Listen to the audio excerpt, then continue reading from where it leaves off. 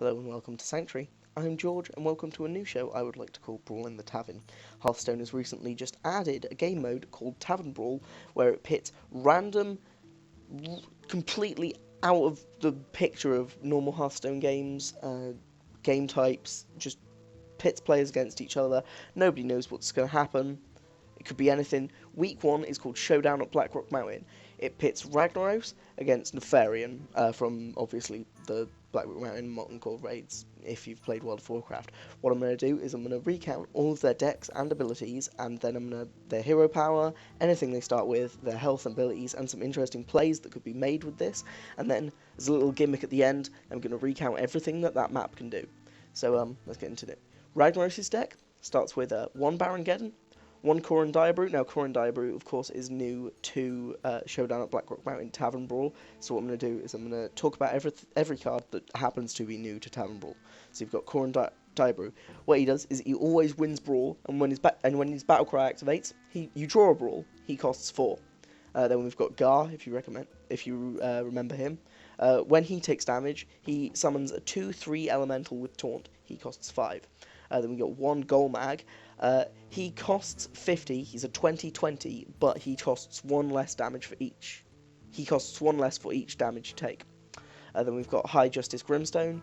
At the start of your turn, he summons a random legendary. He costs 3, and he's a 4/5. Then we've got Lucifron, again, from Molten Core Raid. He casts Corruption on other minions. He costs on all other minions, even your own. He costs 4, and he is a 4/7. Then we've got Moria Bronzebeard. She summons Emperor Thracian. She costs 3, and she's a 4/3. Then we've got 2 Molten Giants, 2 Flame Imps, 2 Fire Elementals, 2 Living Lava, another new card. They have Taunt, they cost 2, and they're a 6/6. Really strong card, especially since you don't start on turn 5, much like Nefarian does. I'll get to that later. Then we've got 3 Son of the Flame. You deal 6 damage, cost 3, it's a 6/3. We've got 2 Whirling Ash. They just have Wind Fury, but they cost 2, and they're 4/5. They're really good. I've managed to take down Nefarian quite a lot by using these. Then we've got 2 Lava Burst, the Overload card, 2 Flame Strike, 2 Corehound Puppies, which is a spell, and when you activate that spell, it summons 2 Corehound Pups. It costs 3, and at the end of every turn, it summons all of the dead Corehound Pups. Then we've got 2 Flameheart and 2 Living Bombs, and that's basically a corruption, but if they live, it deals 5 damage to all enemy minions. Ragnaros starts with a 2/6 Sulfuris, the first legendary weapon that was ever in World of Warcraft. His hero powers, because he has 2, which is very interesting. He has Molten Rage, which is summon a Magma Ranger, the 5/1, which is normally very underpowered, but because Nefarian doesn't have much pinging, the only thing you can choose to do is use really strong removal on your Magma Ranger. And then as soon as you lose Sulfuris, so as soon as you've used up all of its 6 durability, it changes your hero ability to Die Insect, which is Ragnaros the card's ability, which is basically deal 8 damage to any random minion. Both of those cost 2. He has 60 health, and that's pretty much it. So then we've got Nefarian's deck and abilities.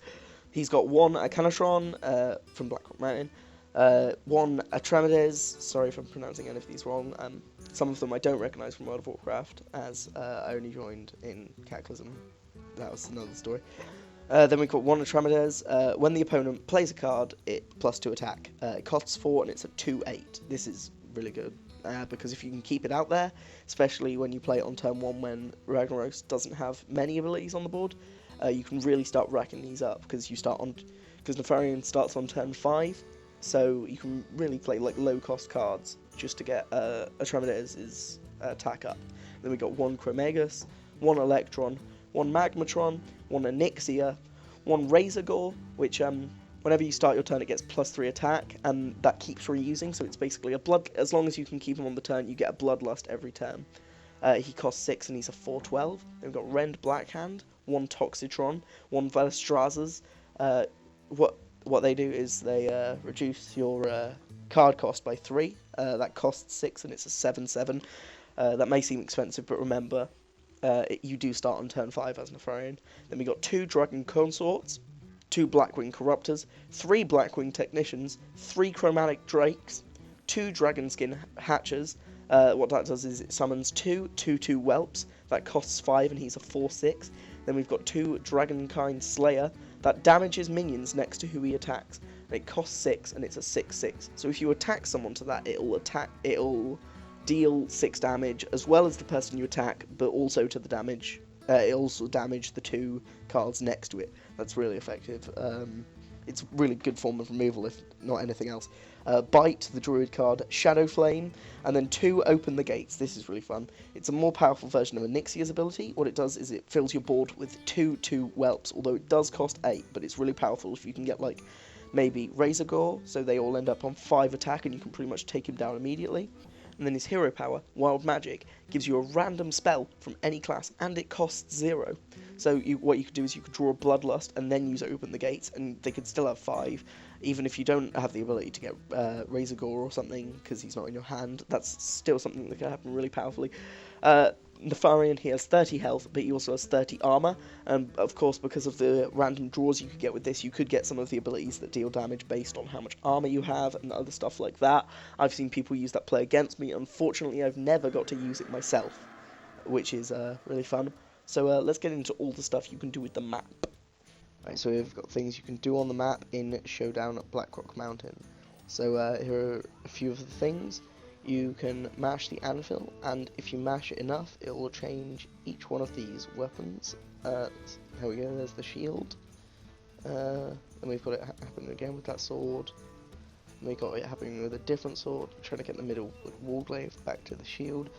Anyway, you get my point. And then if you splash the water on it, it dampens out this. Then we can click on all of these. So, and then this also can be set on fire.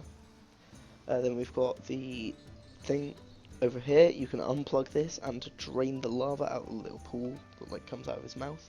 And then if you re-plug it in, you can then pull the chain and lava flows back into the pool. Then we've got this over here. If you do any rune combination, it will activate and the hammer will disappear into the lava, which is really cool. Please use the lava burst on me now, which is annoying. And then any random rune combination you do will probably come up with something like... let me try and get one here.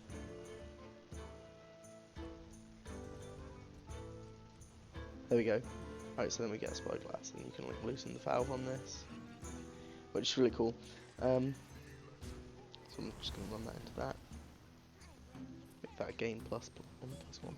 So that's all the things that I've discovered with this map so far. Yeah, it's really cool. Seriously, you should check out this game mode. Thanks for watching. Subscribe to the Century channel, and like this video or whatever. Bye.